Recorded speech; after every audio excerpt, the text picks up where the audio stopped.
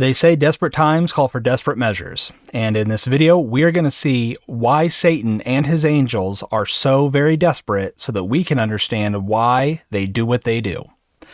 Hey everyone, my name is Ray Burns, and I want to equip Christians to think biblically about every area of life so that they can keep growing in spiritual maturity. And in this episode, we are going to be talking about Satan's goal. We've already talked about what his powers and limitations are. We've talked about how he is a spatial creature with the same powers and limitations of any other angelic being. I think a lot of you, based on feedback, have really seen that the picture we have of Satan, even though he is no less dangerous, is often misguided, and therefore we can be easily blinded to what he's really up to. We also discussed that he is an ancient enemy who has had thousands of years to learn how we work. Satan cannot be everywhere at once. He cannot whisper lies to us. He cannot do all the things we accuse him of. Yet, he has been around long enough to know what it is that we, as sin-loving creatures, really need in order to pursue sin. And in the last episode, we also talked about how he works with rebellious angelic rulers to create a world that caters to every single wicked desire that we could ever have. If you recall, what I had pointed out is that ultimately Satan's greatest weapon is worldliness. The pull that we have towards sin, the options that we are given, the permission that we are given to indulge in our sinfulness in any measure, even sinfulness that seems very good and Christian-like. Satan has created an entire world along with the rebellious angels who are in charge of the nations, right? They have created an entire world basically designed to distract Christians and non-Christians. The question then has to be, why? Why do all this stuff? What is the purpose? These are intelligent beings. They could do a near infinite amount of things with their time. What is it that motivates them to make worldliness such a major part of their daily activities? What is it about worldliness that of all the things that Satan and his angels could do, they choose to craft a world that distracts us, that brings us enjoyment, that brings us pleasure, that lets us find our identity in things? Why is this their go-to move? And that's what we're going to talk about. We are going to see what it is that they are doing to understand not just that worldliness is bad, but why, what the goal is. And I think a lot of us are really going to see how we have been letting Satan's weapon prevail against us for far too long. So let's get into the ultimate goal of Satan and his angels. And ultimately, while again they're intelligent creatures, they are complex beings, they're going to have a lot of smaller motivations and things that drive them. Ultimately, though, I think they've only got one real motivation, one overarching motivation that drives everything else that they do, and that is to stall, and then stall some more. What do I mean by that? What are they stalling from? Here's the reality. Satan and his angels, they know that they have an expiration date. They know that they are not going to live forever. They know they are under God's judgment. We saw it all the way back in Psalm 82, right? That God had condemned them, and he promised these angelic rulers that they would die like men, that there was a judgment coming for their disobedience and their rebellion. They know it's coming. We see this also in Matthew 25:41. Says, "Then he will also say to those on his left," again, this is a future judgment, "Depart from me, accursed ones, into the eternal fire which has been prepared for the devil and his angels." Imagine that. They know where they've seen their prison. They know what's coming. They know that there is a place designed especially for them to hold Satan and his rebellious angels. And that is the lake of fire. That is where all those who die without Jesus Christ are going to spend eternity. That is where God sends those who rebel, who are guilty of sinning against his will. Now, as far as why I call it the lake of fire and not hell, I would just say down in the description or the show notes, I'll have a link to an article and podcast that I've recorded on the subject, helping us better understand the difference between Hades and the lake of fire, and that hell is not both of these things. It's either one or the other, depending on the term that you want to use. Total side note, but check it out. It's a pretty cool one. But ultimately, they know that something is waiting for them. We also know Revelation 20, verse 10, and the devil who deceived them was thrown into the lake of fire and brimstone, where the beast and the false prophet are also, and they will be tormented day and night forever and ever. This is where Satan and his angels are going, right? Along with the beast and the false prophet. They are going to the lake of fire. And it's not just this bloop, removed from existence thing. They are going to be tormented day and night forever and ever. That is looming over them. That is a solid reality that I think they know they can't escape from. I think they know God well enough to know that their end is sealed, that this is unquestionably coming for them. Back in Revelation 12, this is after the war in heaven. It says in Revelation 12:12, "For this reason rejoice, O heavens, and you who dwell in them. But woe to the earth and the sea, because the devil has come down to you, having great wrath, knowing that he has only a short time." Now, as I discussed in a previous video, when the war in heaven takes place, either it happened around the time of Christ's death, burial, and resurrection, because we know that Satan is defeated by the blood of Jesus, or it will happen sometime in the future in the tribulation, because it talks about how those who died for Christ are also part of that victory. Wherever you put it, though, if it has happened in the past, right, if Satan's already been cast out of heaven, then he presently knows that he has only a short time, right? He has gotten desperate. He has gotten violent, so much so that the earth is told to mourn, right? Woe to the earth and sea, because the devil has come down and he's got great wrath, right? He is angry. He is out for chaos and destruction. But even if it's a future event, right? Even if Satan is up there right now accusing us before God in God's courtroom, but in the future will be thrown down. Either way, he still knows that he needs to stall, because this casting out of heaven, if it's a future event, this casting out of heaven is going to happen, and therefore his future and eternal judgment is also going to happen. But they know that it's coming. And here's the issue, though. They don't know when Jesus will return. They know that Jesus is going to come. He's going to basically take back over the nations. He's going to cast them out. But they don't know when this is going to happen, right? Because Matthew 24:36, we are reminded that, but of the day and hour, no one knows, not even the angels of heaven, nor the Son, but the Father alone.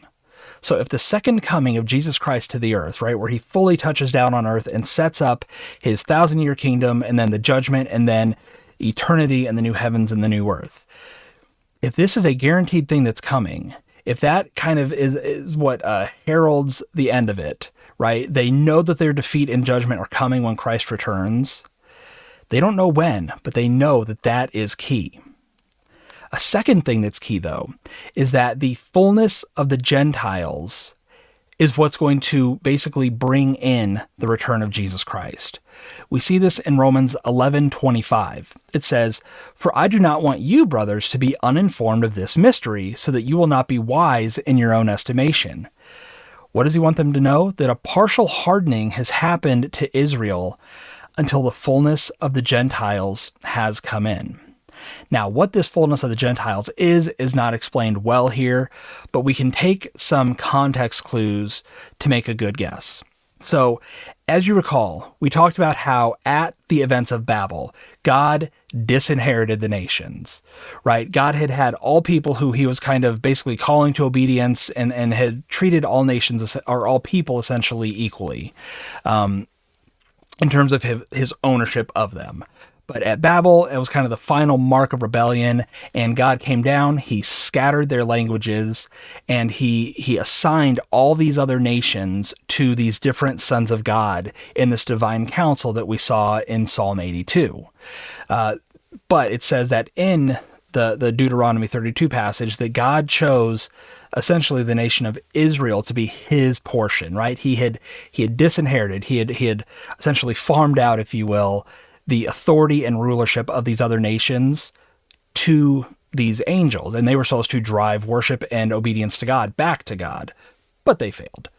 But God chose Israel for his own. Now, as we read the whole history of Israel, right, in the Old Testament, as well as kind of the state of Israel in the Gospels, and then finally the Great Commission, we see that this has almost been reversed. So at Babel, God chose Israel and cast out the rest of the nations, right? He didn't reject them, because we see with things like Rahab, for example, that those of the Gentile nations could become followers of God still. But God's focus was Israel. But after Jesus Christ, he reverses that, right? And we see this in this Romans passage here, that a hardening has come on Israel, right? That God is judging them for their continual rejection and rebellion of the Father, but also their outright rejection of the Messiah that God had promised them all throughout the Old Testament, right? They had outright rejected Jesus Christ to the point of killing him to protect themselves. And so God is judging Israel by essentially taking his focus off of them and turning his attention to the nations. The nations are these Gentiles, and a Gentile is essentially anyone who's not a Jew. So most likely you, and definitely me. So all this comes together in this statement that Paul makes in Romans 11:25, that there is a temporary hardening of Israel that God is going to reverse, as we see in things like Revelation, that God's going to draw Israel back to himself. But for now, God has opened up the gospel to the entire world, to all the Gentiles. And it seems that Jesus Christ will not return. He will not come back and draw Israel back to himself until his purpose in the Gentile world has been fulfilled. Now, we don't know what specifically that is, but it seems very clear that God has chosen to pour himself out, right? To spread the gospel, to call in those in the Gentile world.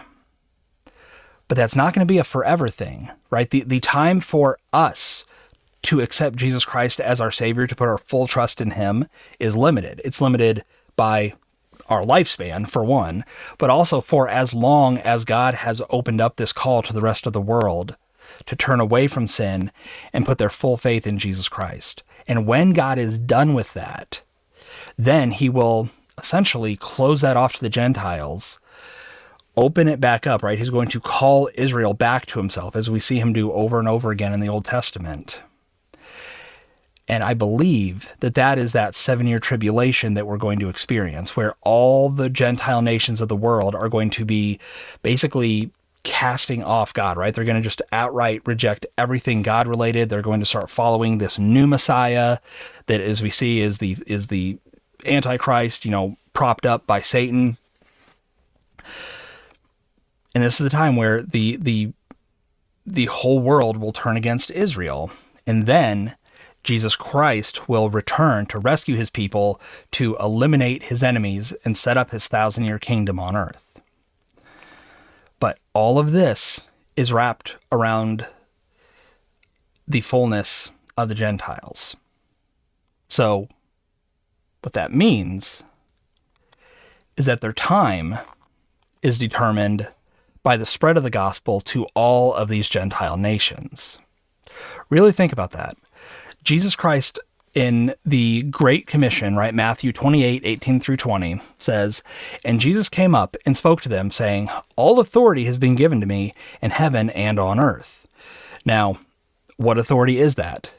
How did he receive the authority? He received the authority when it was removed from those who could no longer have the authority. We talked last time about how Satan said that he promised Christ, and I think he was telling the truth, that he had the authority of all the nations, right? All these rebellious angels who were set over the nations had basically aligned themselves with Satan and kind of made him, if you will, the CEO of this. These guys were all regional managers, but Satan was the one who was over all of them. And he had that authority to give rulership to Christ, right? To let him inherit the nations through Satan.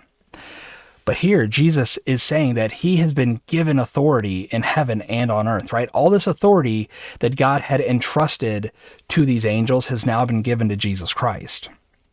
He says, go therefore. And remember, what's the therefore? Because he has authority. Because Jesus has that authority over the nations, go and make disciples of all the nations, all those people that God had disinherited at Babel, baptizing them in the name of the Father and the Son and the Holy Spirit, teaching them to keep all that I commanded you. And behold, I am with you always, even to the end of the age. And that key there, right, the thing that we want to focus in on for the purpose of our discussion is that the gospel is central to all of this stuff about the Gentile nations, right? If the fullness of the Gentiles is the beginning of the end, and if the fullness of the Gentiles comes from spreading the gospel to these nations, these Gentile nations, then their time is determined by when God's plan and purpose is filled out. As soon as the fullness of the Gentiles has come, when God is done saving the Gentiles that he wants to save, then that's it. Everything else is just an inevitability, right? There's no more delaying, there's no more stalling, there's no more buying more time. The only opportunity, the only option they have is to delay now, to halt the spread of the gospel, to stop other people knowing and trusting Jesus Christ alone for salvation. And so, to summarize what Satan's goal is, Satan and his angels want to delay their promised defeat as long as possible. If the future return of Jesus is based on the gospel spreading throughout the nations, then they must slow that down as much as possible. This is why worldliness is Satan's greatest weapon. Now, it is very hard for me to stop there because next time we are going to get into what we're going to bring it all together in the next video. But for now, this is what I want us to see. We talked about what Satan's powers and limitations are. We talked about how he has aligned himself with these rebellious angels and how they basically create a whole world of distractions, right? Because that's ultimately what worldliness is. Worldliness distracts unbelievers. It makes them content. It makes them satisfied. It helps them find their identity in things apart from Jesus Christ. Right? Those who live apart from Jesus Christ, they are, for the most part, content with their lives. If God's not working in them to show them the hollowness and emptiness of worldliness, then that is because they have been thoroughly distracted with everything else in the world, right? They are satisfied, or so they think, without Jesus Christ. But similarly, you think of Christians, you think of yourself. When are you least effective for Jesus? I can guarantee, if you are honest with yourself, it's when you are distracted by other things, right? When you're too busy in the mornings to be in the Word, when you are too distracted by your own problems to be in prayer, when you are so focused on yourself and your own issues that you are not actively involved in a group of believers in a local church, right? When you are afraid of others, or when you don't even see the value of sharing the gospel when you have the opportunity. Right? When we are distracted, we are ineffective. When we are so caught up in this life, in this world, and all that it seems to have to offer, we just spend our lives struggling. Why? Because worldliness is Satan's greatest weapon against the spread of the gospel. That's the whole point. That's why they do what they do. If they can make people satisfied and distracted and not see the need for God and Jesus Christ as their Savior, then that's a success. But even within that, Satan's goal for Christians isn't to just hurt us and make us feel bad. He wants to neutralize us. He wants to make us weak and ineffective. And how does he do that? Again, it's not through personal attacks. He doesn't need to give us personal attacks. Instead, he needs to create a world that offers us enough distractions, right? In the worst, sinful, wretched ways possible, but also with those things that seem really, really good. Finding our identity in our work or in our families. Work and family is a good thing, but we can become so wrapped up and so consumed with activities, with making money and things like that, that our focus, what we serve, are those things, right? We are thinking just like the rest of the world, our hobbies and how much time and money and effort and energy we spend on those, enjoying our friends and finding our identity with them, or spending all of our time with them, or letting them determine what our goals are, what our motivations are, and things like that. Even time spent at church and doing Christian-like things. If we are doing it with the motivation of, I want to feel good about myself, I want to prove that I'm a Christian, I want to show that I can earn my salvation and I can keep my salvation, that's worldliness too, because that is putting the focus on us and our efforts. And when we are so consumed with proving ourselves to God, we are not going to actually live for him out of a love for him and what Jesus Christ has done for us on the cross. Satan and his angels, they need worldliness. They need us distracted. Because the weaker we are, the more we're distracted, the more the world is blinded, the longer they have in this world. Because they know what's waiting for them. They know what that lake of fire is. They know what it's going to, maybe they don't know what it's going to be like in there, but they know it is going to be bad for them. And so the longer they can drag their feet, the longer they can create distractions, the longer they can use chaos and planned worldliness to their advantage, the longer they have, even if it only delays for a few years. That's a few years that they are not spending eternity tormented in the lake of fire. So, to wrap this up, what I want to ask you is, if this is true, right? If we look at these things, if we look at the progress of events, if we just take what the series has discussed as a whole package, and if it's true that Satan uses worldliness to distract us, to buy himself time, then really evaluate your life. Ask yourself, are you living for Jesus? Which means forwarding the gospel, breaching the Gentile nations, right? Not just, go out and be missionaries necessarily, but are you playing an active part in fulfilling God's purpose to have this fullness of the Gentiles come? Or are you letting Satan distract you with worldly things? Maybe you are going to heaven. I'm not doubting that if you are distracted by worldliness, I'm not saying that you are unsaved. That's not at all the point of this, because I don't think that's Satan's point. His point isn't to hurt individuals. It's to deceive the world and to have Christians play a part, or at least not play a part in messing up his plans, right? His whole goal is to have the world so distracted that the fullness of the Gentiles takes a lot longer to play out. That God's goal of reaching the world with the truth of Jesus Christ, however God is actually doing that, and whenever he says that the fullness is there, right? That he has done his saving work throughout the nations. Whatever that looks like, however long that takes. We don't know. I don't think Satan knows. All he knows is that everything hinges on the gospel spreading throughout the world. Are we falling for that?